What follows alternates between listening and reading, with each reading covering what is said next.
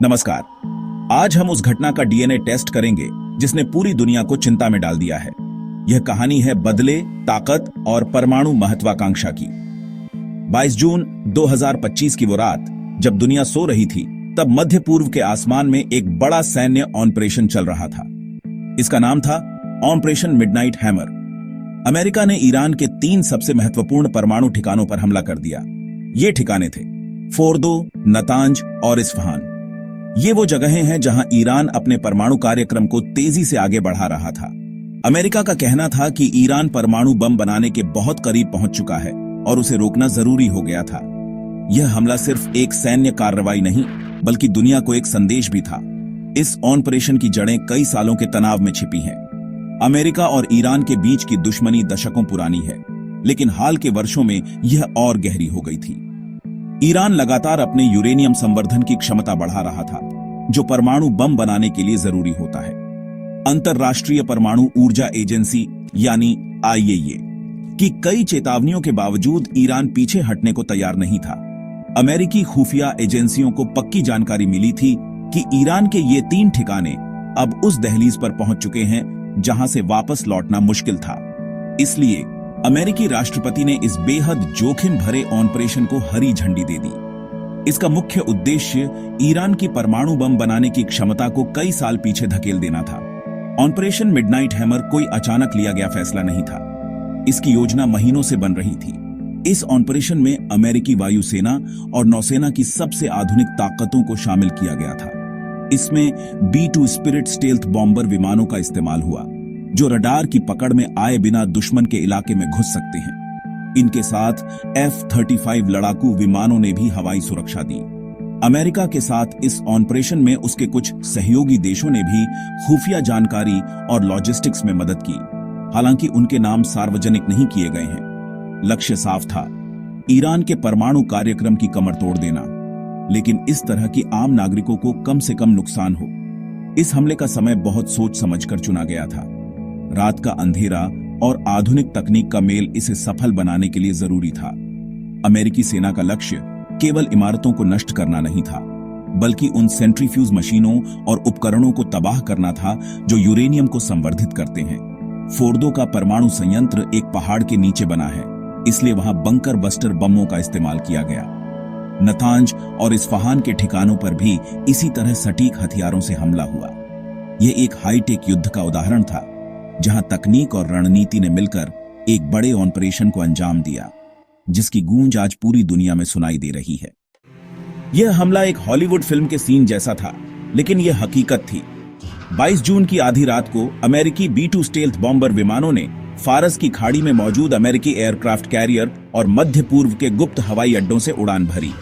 ये विमान ईरान के एयर डिफेंस सिस्टम को चकमा देते हुए अपने लक्ष्यों की ओर बढ़े। इनके साथ इलेक्ट्रॉनिक वॉरफेयर विमान भी थे, जो ईरानी रडार और संचार प्रणालियों को जाम कर रहे थे। इस हमले में GBU-57 मैसिव ऑर्डिनेंस पेनेट्रेटर जैसे शक्तिशाली बंकर बस्टर बमों का इस्तेमाल किया गया, जो जमीन के कई मीटर नीचे जाकर विस्फोट कर सकते हैं। इनका मुख्य निशाना फोर्दो का अंडरग्राउंड न्यूक्लियर प्लांट था। हमले के तुरंत बाद अमेरिकी राष्ट्रपति ने व्हाइट हाउस से बयान जारी किया। उन्होंने कहा कि ऑपरेशन मिडनाइट हैमर एक अत्यंत सफल मिशन था। उनके अनुसार इस हमले ने ईरान के परमाणु कार्यक्रम को कई वर्षों पीछे धकेल दिया है। अमेरिकी रक्षा मंत्रालय पेंटागन ने दावा किया कि उन्होंने अपने सभी लक्ष्यों को सटीकता से नष्ट कर दिया है और ईरान की परमाणु बम बनाने की क्षमता को गंभीर नुकसान पहुंचाया है। अमेरिका ने यह भी साफ किया कि यह हमला ईरान के लोगों या सरकार के खिलाफ नहीं, बल्कि उसके परमाणु हथियार कार्यक्रम के खिलाफ था। यह एक सीमित लेकिन निर्णायक कार्रवाई थी। दूसरी ओर ईरान ने अमेरिकी दावों को सिरे से खारिज कर दिया। ईरान के विदेश मंत्री अब्बास अराक्ची ने इन हमलों को अत्याचारी और कायरतापूर्ण बताया। ईरानी सरकार ने कहा कि हमले से उनके परमाणु ठिकानों को मामूली नुकसान हुआ है, जिसे जल्द ही ठीक कर लिया जाएगा। ईरान ने दावा किया कि उनके एयर डिफेंस सिस्टम ने कई अमेरिकी मिसाइलों को हवा में ही नष्ट कर दिया था। ईरान ने यह भी चेतावनी दी कि वह इस हमले का जवाब देने के लिए सभी विकल्प खुले रखता है और इसके स्थायी परिणाम होंगे।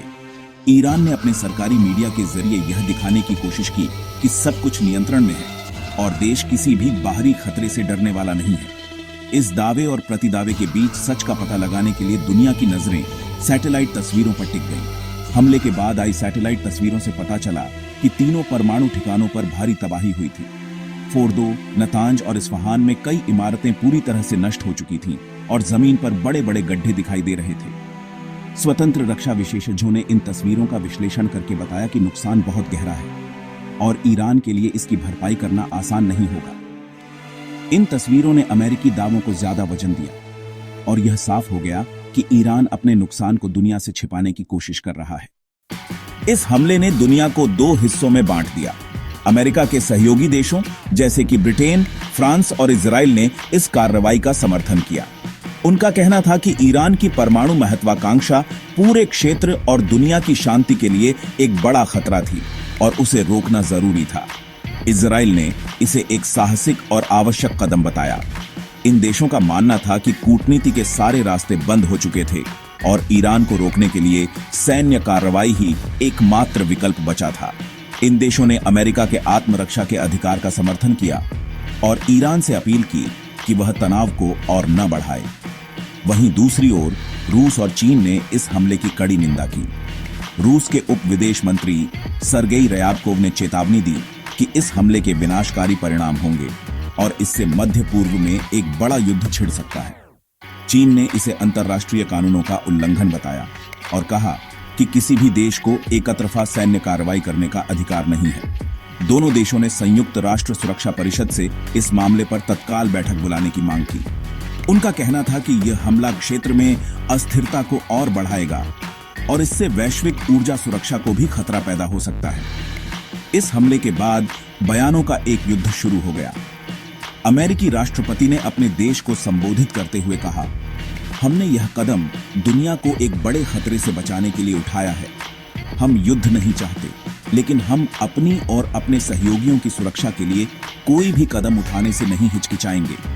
उन्होंने ईरान को चेतावनी दी कि अगर उसने कोई जवाबी कार्रवाई की तो उसे और भी गंभीर परिणाम भुगतने होंगे। अमेरिकी नेताओं ने एकजुट होकर इस ऑपरेशन का समर्थन किया और इसे राष्ट्रीय सुरक्षा के लिए एक जरूरी कदम बताया।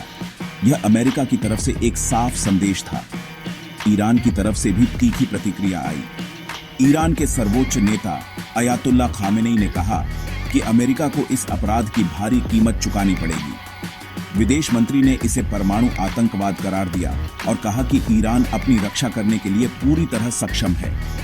ईरान ने अपने बयान में कहा कि वह परमाणु अप्रसार संधि के तहत अपनी किसी भी बाध्यता को मानने के लिए तैयार नहीं है और अपने परमाणु कार्यक्रम को और भी तेजी से आगे बढ़ाएगा।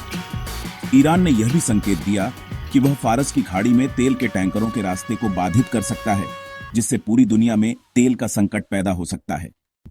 अब सबसे बड़ा सवाल यह है कि आगे क्या होगा। इस हमले ने मध्य पूर्व को एक बारूद के ढेर पर लाकर खड़ा कर दिया है, जिसमें एक छोटी सी चिंगारी भी एक बड़े विस्फोट का कारण बन सकती है। ईरान के सामने अब कई विकल्प हैं। पहला, वह सीधे तौर पर अमेरिकी सैन्य ठिकानों या उसके सहयोगियों पर हमला कर सकता है। दूसरा, वह अपने प्रॉक्सी समूहों जैसे कि हिजबुल्लाह या हूती विद्रोहियों के जरिए हमला करवा सकता है। तीसरा, वह फारस की खाड़ी में तेल के व्यापार को बाधित कर सकता है, जिससे वैश्विक अर्थव्यवस्था को भारी नुकसान होगा। ईरान जो भी कदम उठाएगा वह बहुत सोच समझकर उठाएगा, क्योंकि वह सीधे तौर पर अमेरिका से युद्ध नहीं चाहेगा। अमेरिका की अगली रणनीति इंतजार करो और देखो कि होगी। अमेरिका ने अपना काम कर दिया है और अब वह ईरान की प्रतिक्रिया का इंतजार करेगा। अमेरिका ने पहले ही मध्य पूर्व में अपनी सैन्य मौजूदगी बढ़ा दी है। एयरक्राफ्ट कैरियर, लड़ाकू विमान और हजारों सैनिक किसी भी जवाबी कार्रवाई से निपटने के लिए तैयार हैं। अमेरिका की कोशिश होगी कि वह ईरान को और भड़कने का मौका न दे, लेकिन साथ ही यह भी साफ कर दे कि किसी भी हमले का जवाब और भी ज्यादा ताकत से दिया जाएगा। अमेरिकी कूटनीति अब दुनिया के बाकी देशों को अपने पक्ष में करने और ईरान पर अधिकतम दबाव बनाने पर केंद्रित होगी। इस घटना का असर पूरी दुनिया पर पड़ेगा। सबसे पहले, तेल की कीमतों में भारी उछाल आने की आशंका है। फारस की खाड़ी दुनिया की ऊर्जा आपूर्ति का एक प्रमुख केंद्र है और यहाँ किसी भी तरह का तनाव पूरी दुनिया की अर्थव्यवस्था को प्रभावित करता है। दूसरा, इस घटना से परमाणु हथियारों की होड़ बढ़ सकती है। दूसरे देश भी यह सोच सकते हैं कि अगर उनके पास परमाणु बम होता तो उन पर कोई हमला करने की हिम्मत नहीं करता। यह एक खतरनाक ट्रेंड शुरू कर सकता है जो वैश्विक सुरक्षा के लिए अच्छा नहीं है। अंत में निष्कर्ष यह है कि स्थिति बेहद नाजुक है। क्या यह एक बड़े युद्ध की शुरुआत है? यह कहना अभी जल्दबाजी होगी। दोनों ही देश सीधे युद्ध से बचना चाहेंगे, लेकिन एक छोटी सी गलतफहमी या एक गलत कदम हालात को बेकाबू कर सकता है। अब पूरी दुनिया की निगाहें ईरान के अगले कदम पर टिकी हैं। आने वाले कुछ दिन और हफ्ते यह तय करेंगे कि मध्य पूर्व शांति की ओर बढ़ेगा या फिर एक ऐसे युद्ध की आग में झुलस जाएगा जिसका असर पूरी दुनिया पर पड़ेगा। यह एक ऐसा मोड़ है जहां से इतिहास एक नई और खतरनाक दिशा ले सकता है।